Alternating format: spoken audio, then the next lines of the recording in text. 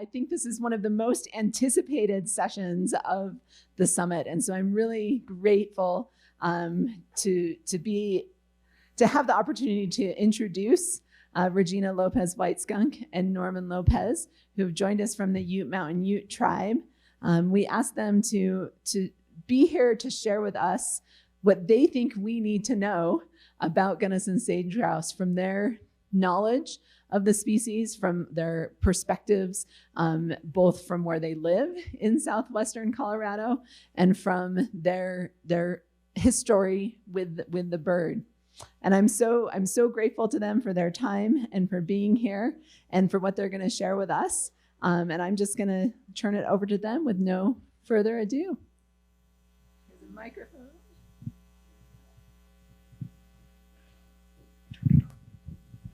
Father and daughter should both have mics at all times. Good COVID protocol. And it's COVID safe.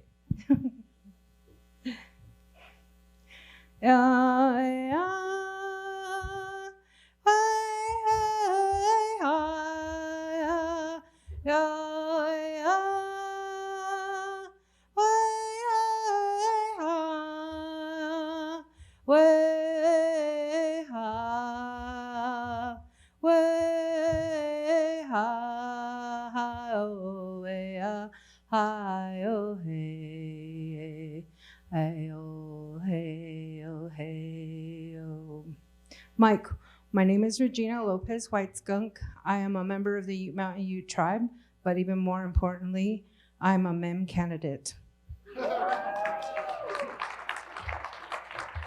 And very honored, that wasn't cued or written, very honored to be here with my father, Norman Lopez.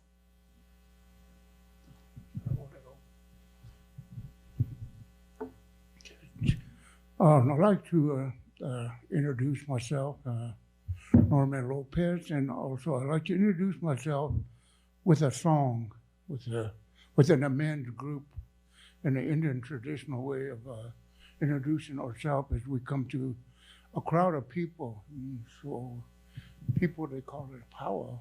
Nowadays, they call it powwow.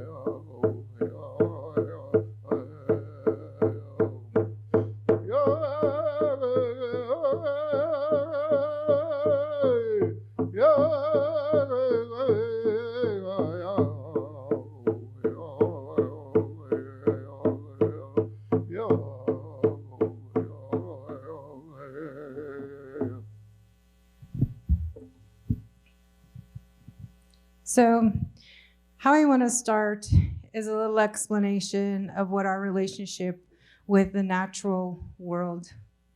Many, many years ago, when my grandmother used to sit with a bunch of us, she used to tell stories about a lot of different things. A lot of stories included a lot of the morals, a lot of the stories told of a time in our origin.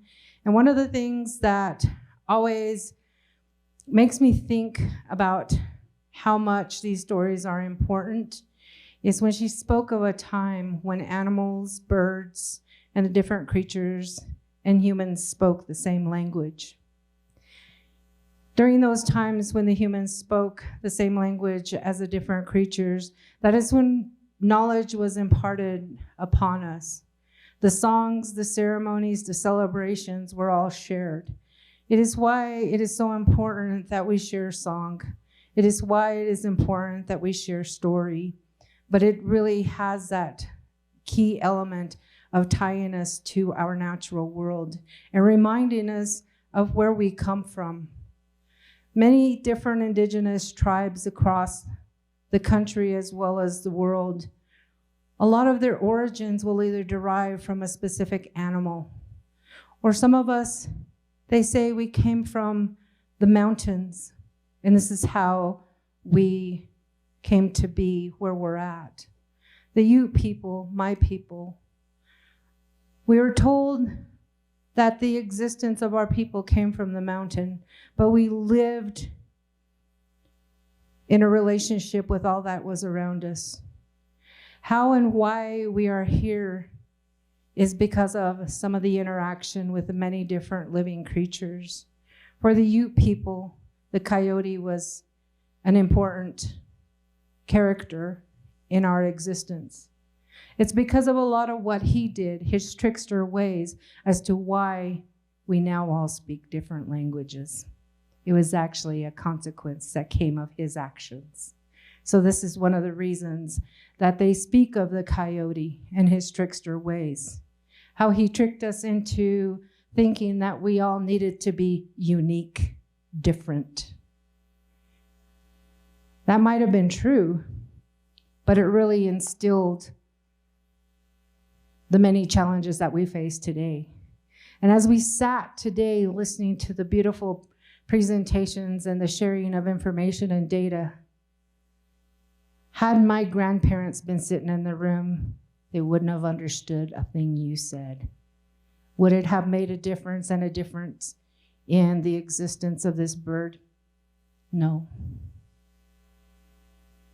So because of consequences, because of actions taken, they bring us full circle to a place where we really do need to contemplate how important stories are and how important it plays a role in every effort of our lives, whether it's as an Indigenous person or whether it's a very important person in academia, or whether you're a land manager of an important agency that's necessary to the existence, preservation, and conservation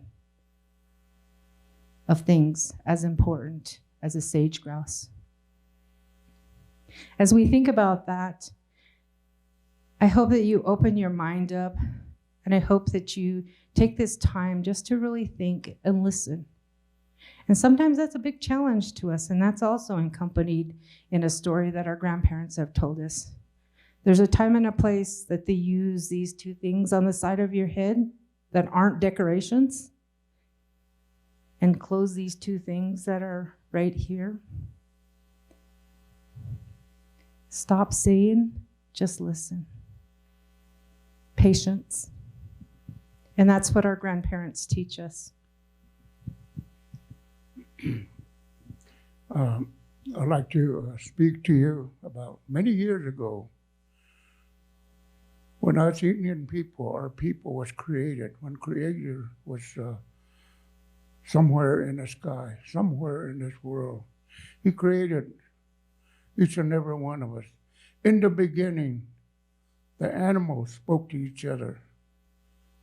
The world that we see, we hear of these fantasies today, but in the legend stories of the Ute people and the people of other tribes across this country, that big country that we lived on. In those days, you know, when I remember my grandparents gathering us together as a young children, telling a story about the things that I'm telling you, the things that they tell us, that we once lived on a flat world. And it's just like the table. And they said, this is the only place we live. And there were spots throughout this country where our tribes, so-called tribes, back then there was no such thing as tribes. We were people. And in relation with the animals, each tribe had a close relation and ties with an animal. And the Ute people had a lot to do with the animal that you see up in the mountains, the different types of species that you see. And it went on and on. Those are some of the stories. There's a story that comes to my mind that when grandfather and grandmother would talk, they're talking about the circle of life, the circle that we live in. and how there is a creator. They always say creator. They never did say God or any of these other parts of the Bible story you hear. You only hear of creator. So when the youth people prayed, they said they always talked about the creator. Creator made each and every one of us.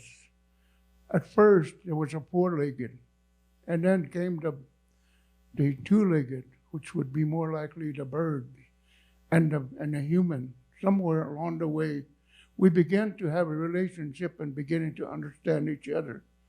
Our world changes when we came across this different times in our life, and we began to see distance away.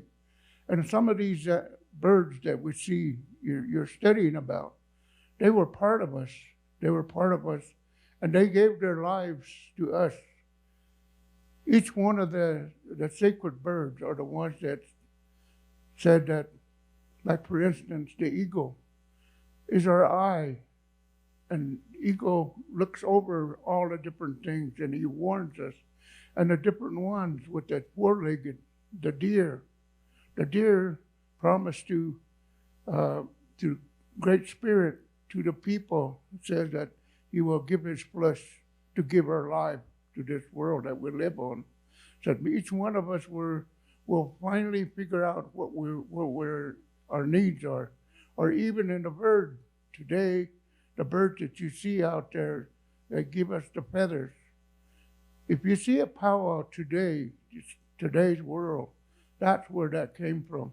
And the reaction that we have, the different movements that we have, come from those birds, come from those areas of these wonderful places. When they have their shake dances, that's part of the bird. And when they cry out, that's part of the bird. And when they do a different types of movement, their motions, their signs of our life, what's coming ahead of us. There's warning, and that's why you have an eagle. Eagle will give you a warning. So will the bird that you're talking about here, the person that passed those words along in our grandparents in my history of the Indian world. It's a totally different type of things that we talk about. And for instance, that when we talk about these birds today, we have a little a space there.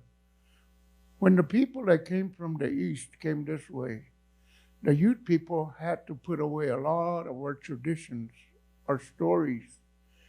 Especially with me, my grandparents, they've sent me off to a different place, which would be translated put into the English world, of English-speaking world.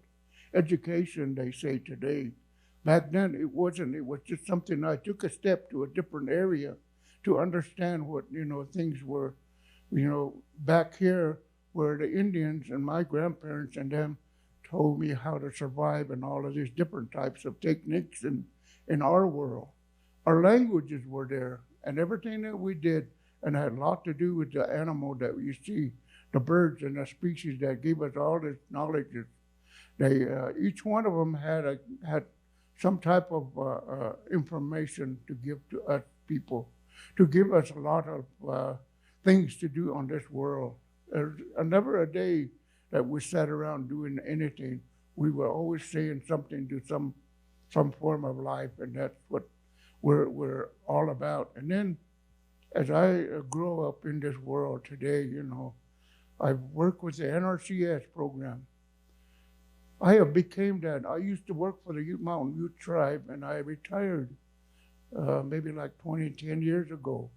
And then I go into NRCS, and that has been carried me on to today's world. And today I see it, conservationists are the ones that really study up a lot of the things that we do on this earth, on this world. Our needs are there.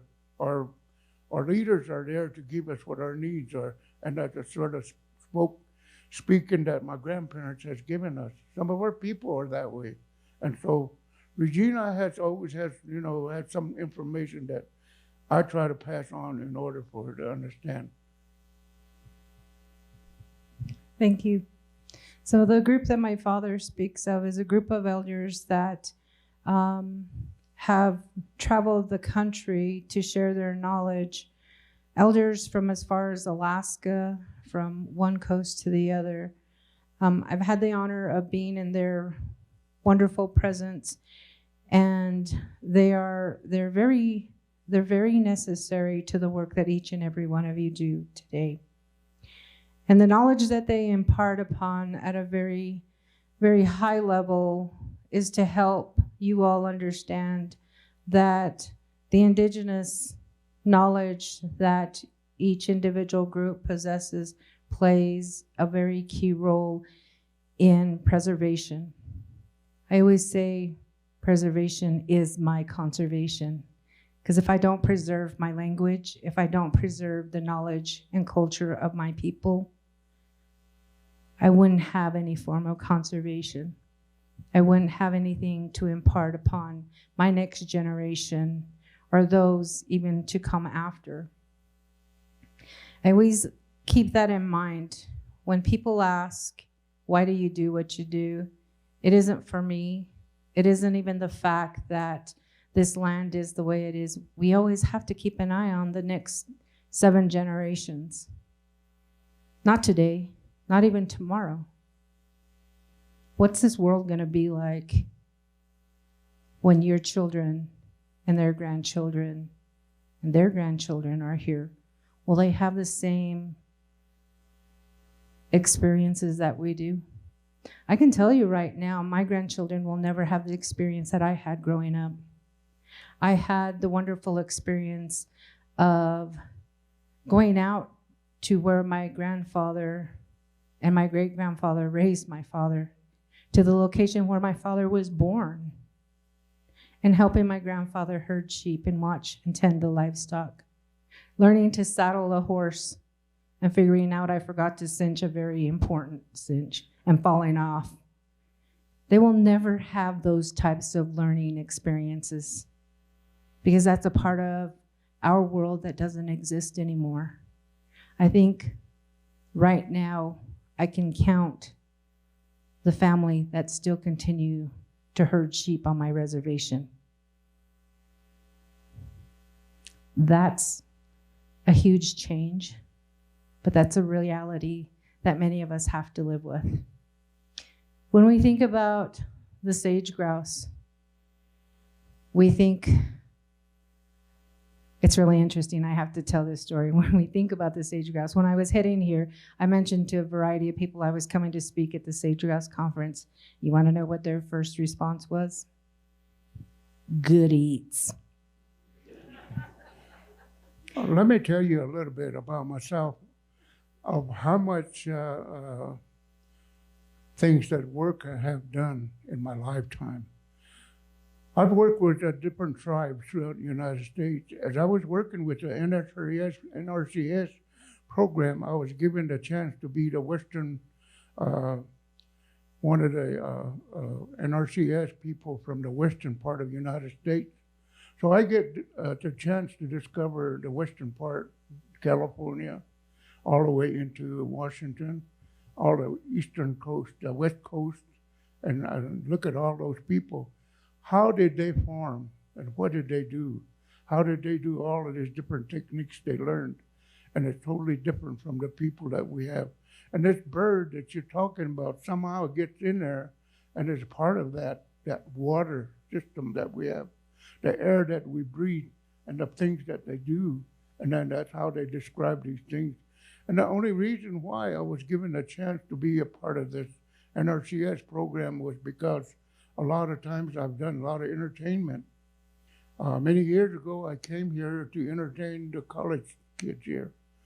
And I'll never forget that because that's something that my people many years ago came here through this country, through this area. They lived here and they got old here, and this is the land that we always lived on until the day that we were told to, go to another spot to live.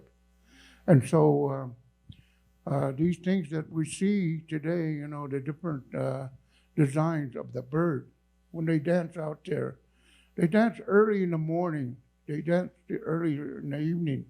They dance to pray for us, for our people. They dance all these different sounds. They do the different sounds. They do that dance to all these different things. And many of our Indian people throughout the United States today and also in the past, they imitate those birds. They believe in their spirits. They believe in what gift that they gave us to do these great things that you see today.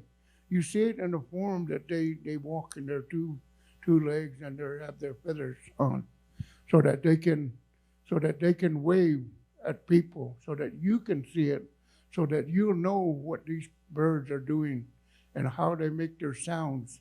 And through these sounds, you know, my grandparents, I have uncles that passed on and years ago, and they taught me how to play the flute. And it always come back to this bird that it came back to this bird, where the bird is part of the music. It's part of many of the things that we do today, and that's what my grandparents and my uncles and my relatives and my past grandparents were searching for. And they say, you're going to carry it on to this day, to the day that you die, to the day that your life is going to be taken to the Great Spirit. And that's the way it has been. So many of my uncles and others have gone.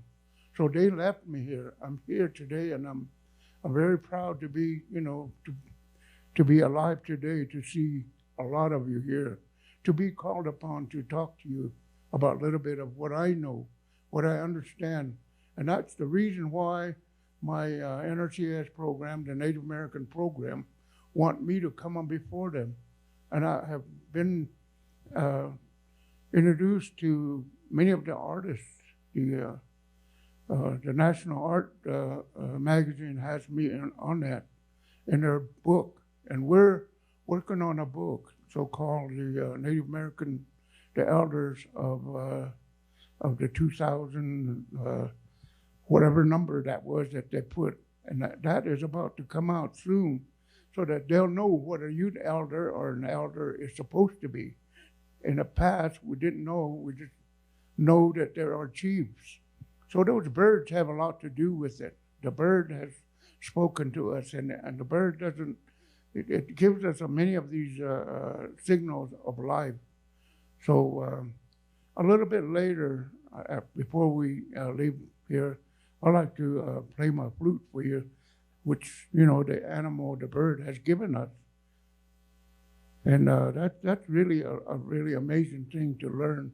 Myself, I've learned that, I've worked with it, and I know you people would be very interested. I know there is a person, so-called Kokopelli, who is part of that, which makes a lot of things that so-called, you know, relationship and a love flute and that kind of thing comes on. Okay, everybody, I got a couple of asks here. I want everybody to stand up, step away from your chair a little bit, reach for the sky. Now I want you just to shake off all that tension that you guys all built up there. Come on, you guys. Shake it. Shake everything out of you, your tension, stretch. Now, in a lot of the times when we mimic the movements of the birds, the animals, and he's asked me, you guys to shake one more time to the beat of that drum.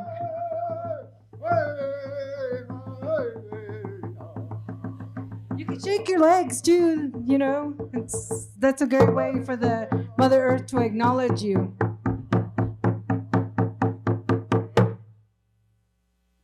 That's exactly what we do. We celebrate life. We celebrate the existence of the animals to the beat of the drum, everything that our Creator and Mother Earth have provided to us.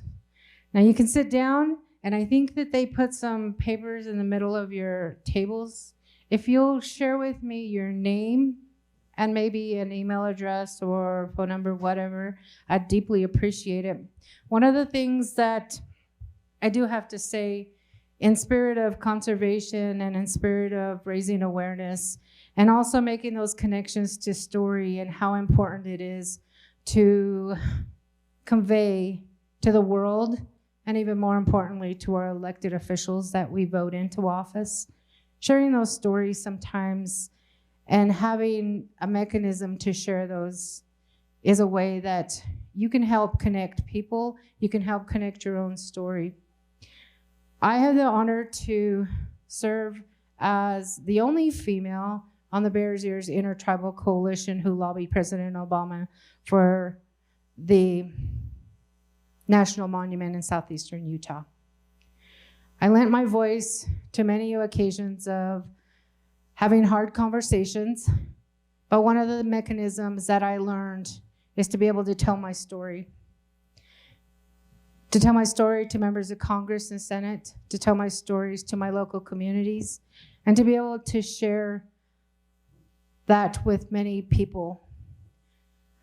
From that experience, I had the honor and was asked to sit on a board for a nonprofit publishing house. That's a very tough realm to be in, is being of a nonprofit in the world of publishing.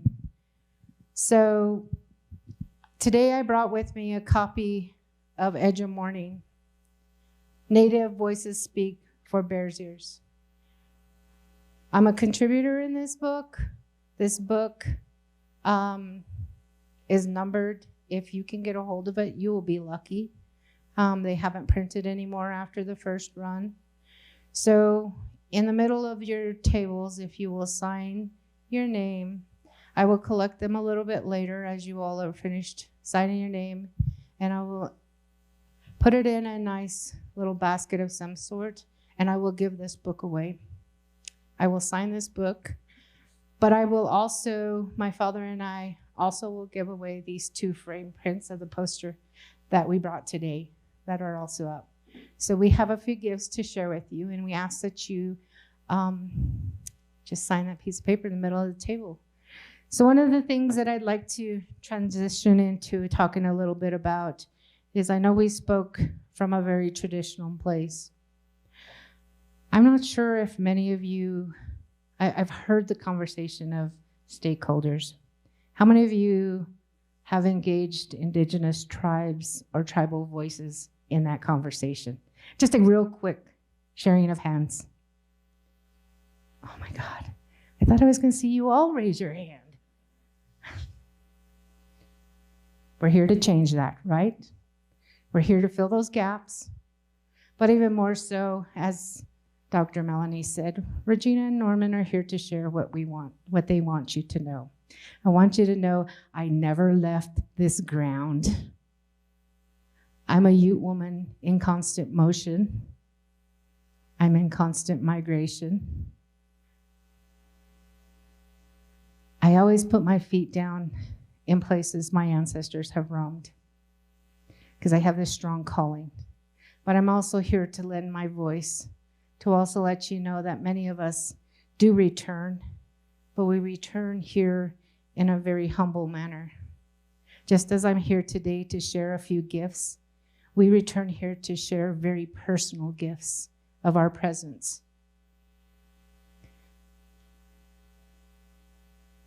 My tribe owns property near Blue Mesa Reservoir. We are very much stakeholders that are too often left out of a lot of conversations. We also have working knowledge of the urgency of the Gunnison Sage-Grouse. I was elected to tribal council for my people in 2013. One of the conversations to first engage that administration that I had the honor of sitting on was the knowledge that the Gunnison Sage-Grouse was getting listed. What did that mean to us?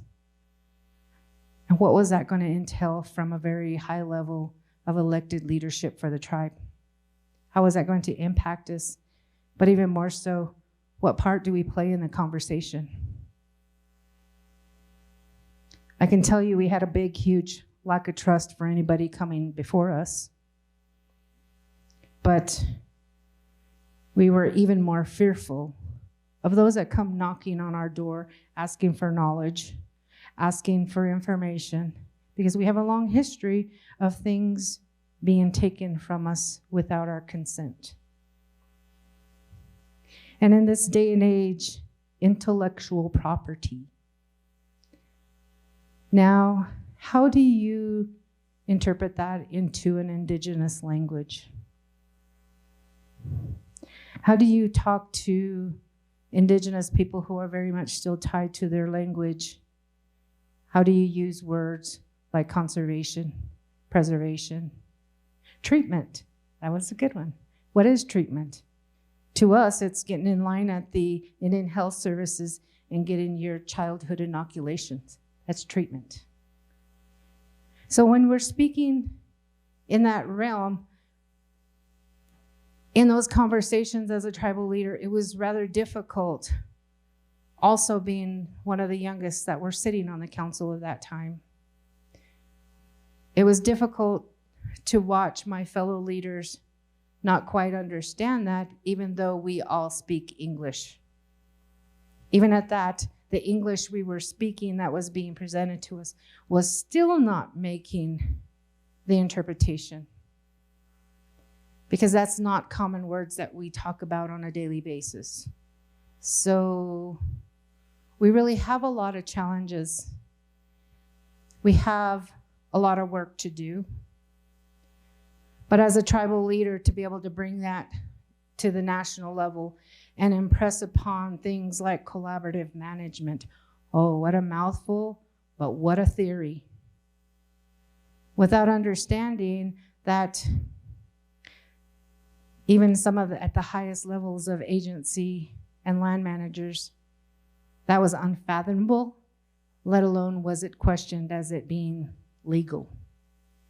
But when we look in policies and we begin to understand that, yes doesn't happen. When the leaders at a very top level tell us that that's not anything that could happen, then I come back to that conversation of, well, how are we going to do the work with a sage-grouse, with a Gunnison sage-grouse? Without us thinking that that's good eats, but it might be good eats, but how are we going to pull those numbers up? And if we continue not to work together and push forth that collaborative effort and leaving the gaps in the conversation and not sharing that data, how can we pull that number up to where we can delist? What a wonderful thought, right? What a wonderful aspiration. I don't want it to be a dream. I want it to be reality. I've had the great opportunity over the last couple of months to engage community in a whole different way. Back in May of last year, I was employed with Montezuma Land Conservancy in Cortez. And I had the opportunity of engaging my community, my own community, from a different perspective. I learned a lot of things. I learned that my elders are correct. I don't know everything. I need to use those funny things on the side of my head more often. And the opportunities are still vast. And so we created a steering committee that would help guide the work that I'm doing. Within the last month or so, I've had the opportunity of working with our biologist from the tribe. And she was extremely excited when I told her I was coming here for the Gunnison Sage-Grouse.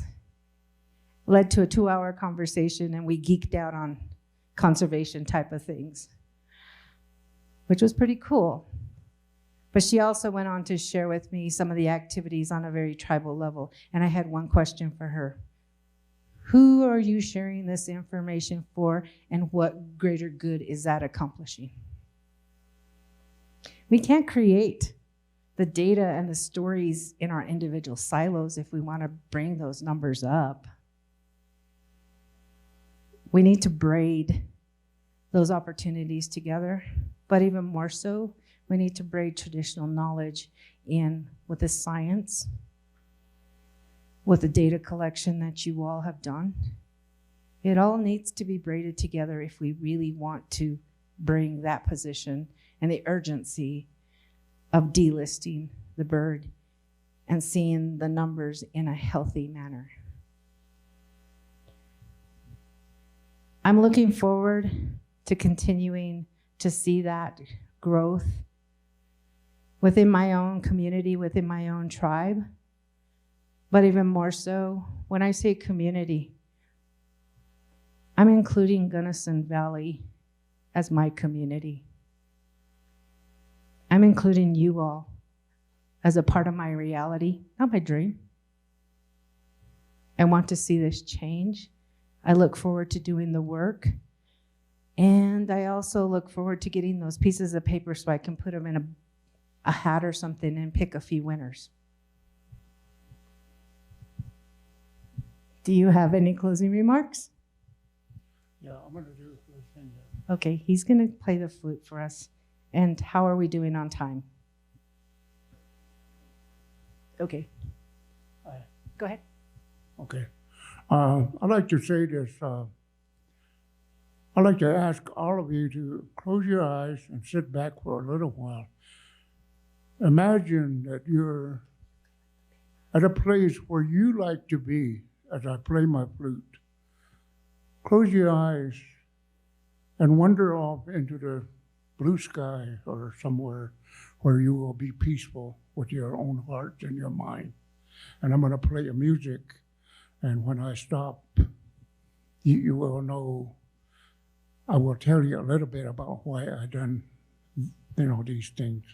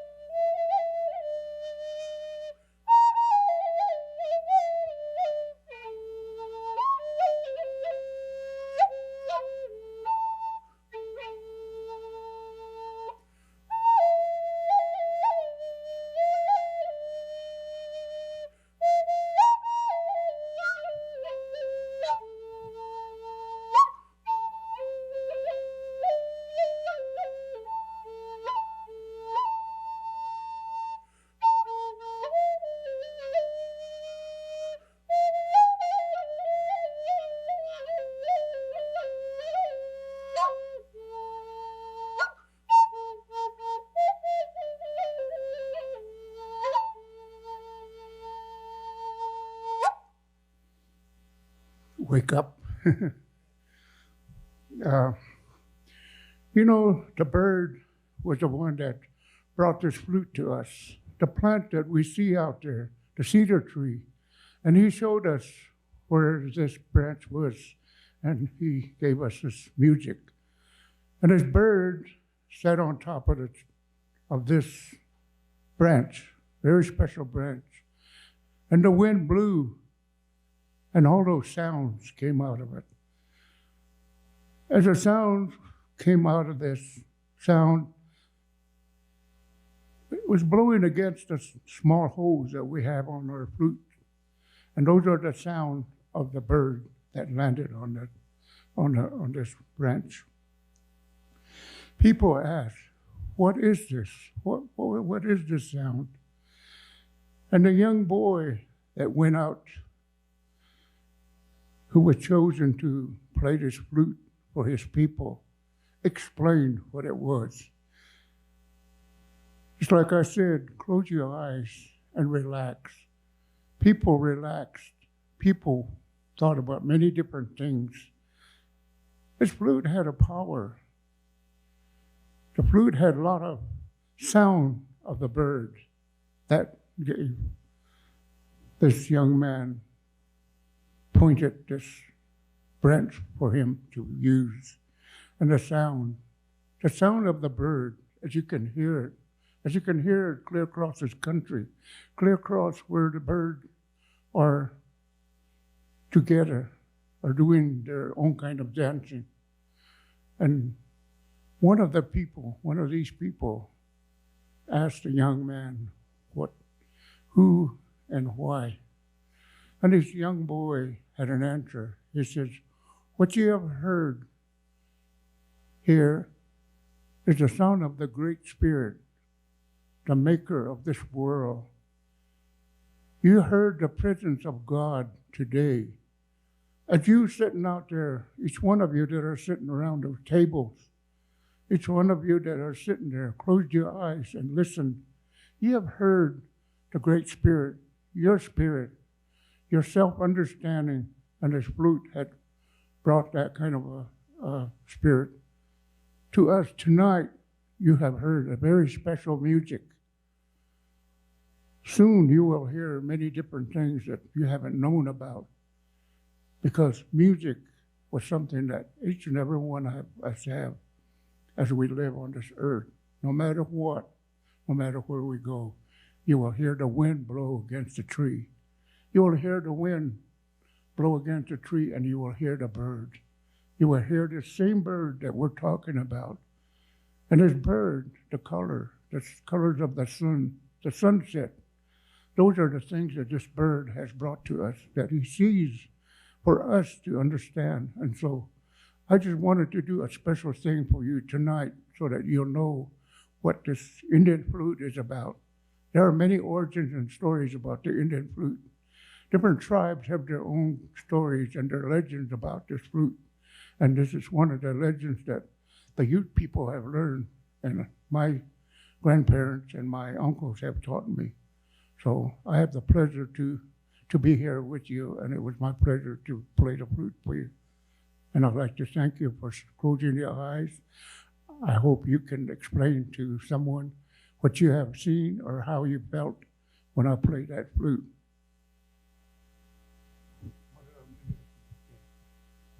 Yes, she's collecting those. So with that being said, does anybody have any questions for us?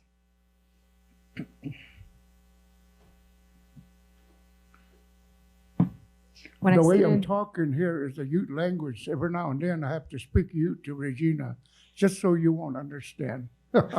No, not really. That's the way we communicate to each other back in the days when the first white man stepped foot this part of the country. We were speaking in that language, the Ute language. And we still speak the language every now and then, just to remind you. When I sit in a quiet room and nobody has any questions, that just leads me to believe, did I share everything? There's a question back there.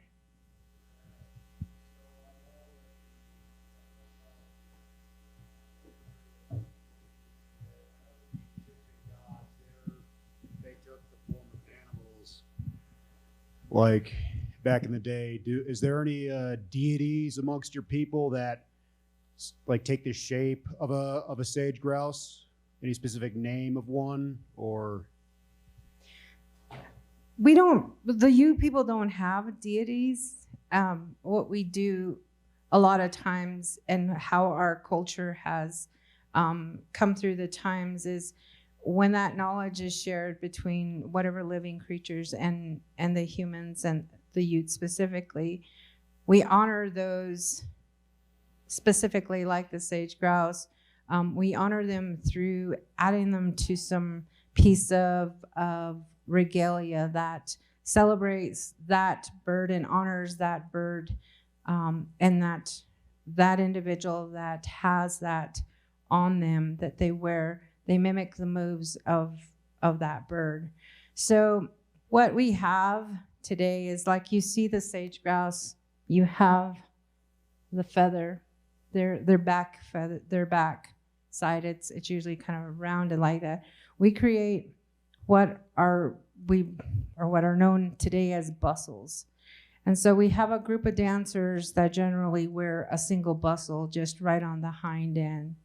And the young men and the men, they all do that dance. And so one of the ways in their movements that they, when they're dancing, they mimic the movement of the bird, which is why our people in the morning, in order to give thanks and share gratitude with this specific creature, will go out early in the morning, which is why in a lot of our cultures, the early morning is the best time of the day. But it's very important to be up and ready to move through your day, because it's things like that that you get to witness. You get to be honored by that. And so the young men and the men that do go out and bear witness to these dances and movements that these birds do is really a gift and a relationship that's shared between the bird and the individual.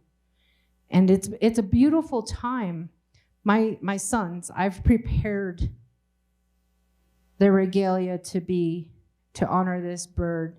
But it's very beautiful to see in an open space a bunch of dancers and watching their movement. And you get to watch them, and they do these little things that it's amazing. It's like you pick that up just like the bird moved. And to see someone honor that bird through their movements, and you wonder, what are you thinking? What are you feeling? All to the beat of a drum. And to watch them do this, it's very, very special. It's unique. A lot of people refer to them as round bustle dancers. Some refer to them as prairie chicken dancers. And they stay very uniquely unison with the beat of the drum. And there's moments where you will hear a hard, what we call a downbeat, and they drop to the down like the birds. They drop to the ground. And it's something that many of us see as a blessing, but it also is moments that through their movement, they honor that creature in celebration. And so we don't have deities, but we do honor through creating different pieces of our regalia and to celebrate in dance. Any other questions?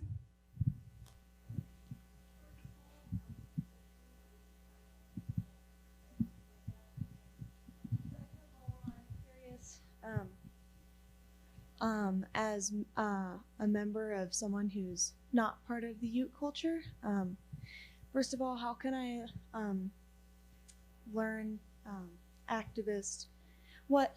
Sorry, I get kind of nervous in front of crowds. What activist movements do you find to be the most helpful as someone who's not directly part of your culture?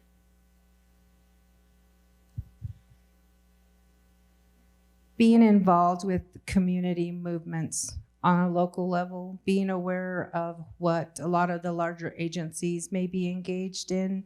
For example, like forest updates. Any time that you can lend your voice to comment periods, extremely important.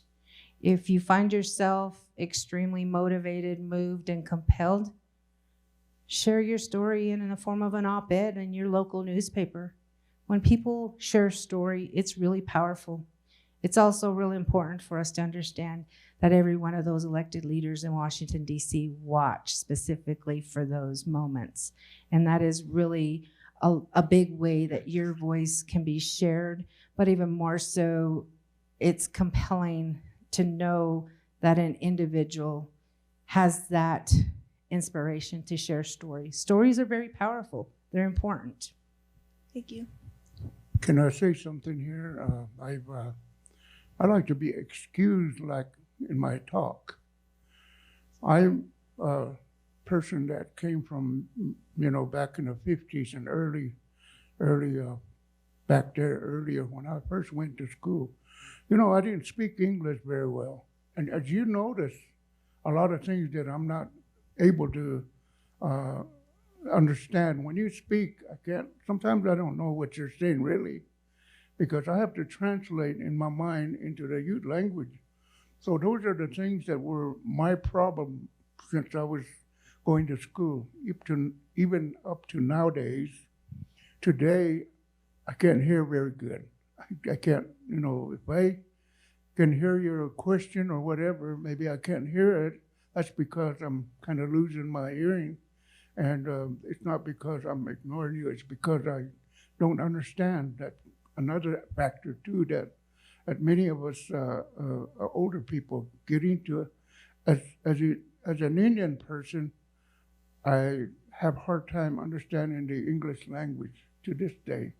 But as you can see, my daughter, she very well understands because she's been through this educational system more often than I am. And me, I probably dropped off at a certain level, and that was as far as I could go. But as far as the Indian tradition and the cultural of the Indian culture and the Ute way of life, I very well understand that. If you were to teach me, if I was to teach you the Ute language, I think you would have the same problems that I would today, because when I went to school, I could not understand the English language very well, but I couldn't, speak it very well either. On the reverse side, I've always asked my teachers, would you understand me if I taught you the Ute language, how to count in Ute, and how to speak Ute, and how to say excuse me, how to say the Ute word? Do you think you would learn that as quick as I can learn the English language? I think I have done a great thing here because I have learned to read and speak. Because in the Ute language, our teaching is all verbal, nothing written. And that's the same way with this animal, this bird that you were talking about, this level of understanding and the kinds of life that we have today. My understanding is that way. It's just like that bird that we talk about, the feathers. How does the feathers, what's it used for? Is it just used to coo you off, or is it something that makes you look pretty? Or what, that's the part when God created, when a creator made us, he made us understand that, but we have to go through certain level of understanding and well enough to know and explain why this bird is here today with us. This area that this bird roams, and why is it, out there looking for vegetation, which many of us are learning about today.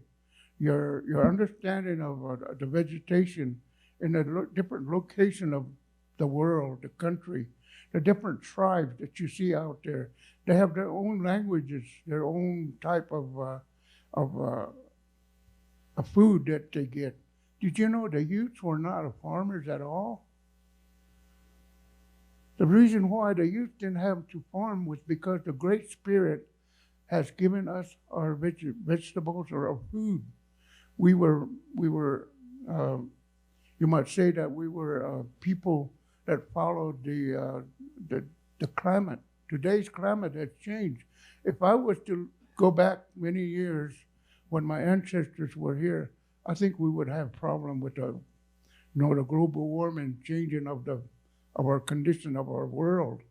Back then, we were able to follow the cycle of life. We were able to go into the mountain to find our vegetation, just like the animal, just like this bird. We went up in the mountains to see what kind of vegetation we could find. And then when it gets to be in a winter part of the month, we move back into the lower grounds. And that's how we survive in this world. And that was the reason why the Ute people did not farm at all. But we had our food already given to us by the Great Spirit who made us to be where we're at. And when there was intruders coming from the east side, we had very, very hard time finding that vegetation, because today, all of those things that we used to hunt, and those used to be the things that we hunt for during the summertime, is now occupied by, today's, rules and regulation and policies. We don't do that anymore. We have to stay in that ground wherever we stay forever. And then we have to follow the rule. And that's the reason why maybe when I try to speak the language, I have a hard time understanding the English and all the policies that go on. But yet, I'm still speaking to other tribes. I know other tribes have a lot to say about the conservationists. They have a lot of people. What these people that I know of in D.C., when I went to train some of the new conservationists that were coming to the Indian country, they had to understand how I speak and how I talk on the reservation. How you're going to approach me to ask me to go through certain gates and certain areas and so on. So those were the things that they asked me in this program that I'm in. But it's very, very difficult to explain to people who don't understand, just like I am, sometimes when I try to speak English. But anyway, in the meantime, I'm always an entertainer. I've always been on a radio program. I get to talk to this thing here. And you know, my language is disappearing. The youth people do not hardly speak their language anymore. So I have an advantage here, talking to this thing and listening to myself over there. I'm talking to myself, and that's the way I have became, and that's what the radio program really helps me with. And I know you people like the rhythm of certain sounds, and that's the reason why I'm very, very thankful that some people very well understand me. And they're really helpful when they clap or they give me some good praising on certain things and certain things that I do. So I was very happy to be here, to be invited to talk before you people. So do we have any other questions? Yes. I have a question from the distance. What is the best way to engage with the Ute Mountain Ute tribe, and what story should be told in new partnerships? The best way to engage with the Ute Mountain Ute tribe, I think it's just customary to also begin at the level of the tribal leadership, because then, the leaders can also direct you to programs, departments that serve maybe your specific subject area, and stories that need to be told. I think one of the big things when I think about coming from a leadership capacity, what are your stories? If you want to hear my story, they say Indians like to barter, right? Story for a story. I think that's only fair. I know you have plenty of questions, but a lot of times when I get to engage with different groups, they always speak in respect to Indigenous people. So that, to me, it almost feels like Indigenous has become a label. And I really like for people to understand that each one of you are Indigenous to some place on this world. Whether you know your family lineage or tie, I challenge you to find that. Because I think we have used that term and idea to almost differentiate one another from being different, or even excuse yourself from being accountable for certain actions. But really, when you think about it, we are all human beings to begin with. We all breathe and need the same things. You need water the same way we do.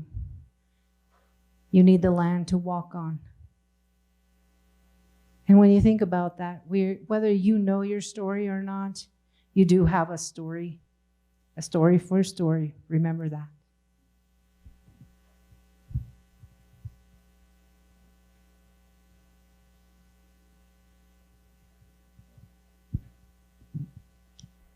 I'm just so grateful that you are part of my community and I'm part of yours.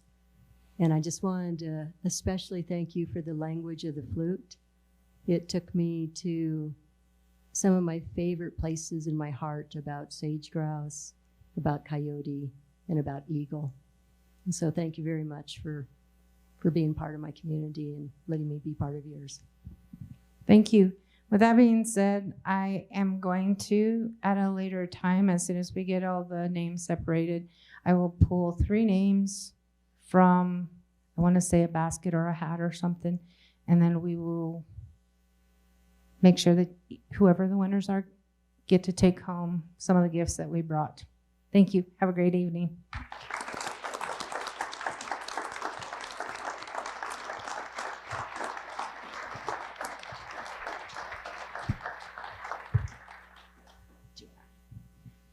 What a treat. Thank you both so much. Folks, I'm going to have my Center for Public Lands team pick up papers off of your table. So if you have other notes, headlines to share with us, please do that. We'll come gather those up to make way for dinner and our awards ceremony to follow.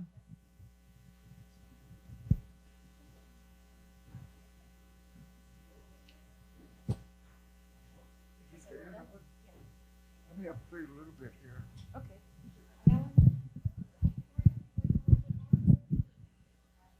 Before. Love it. Please. While we're transitioning, Mr. Lopez is going to play one more number for us on the flute.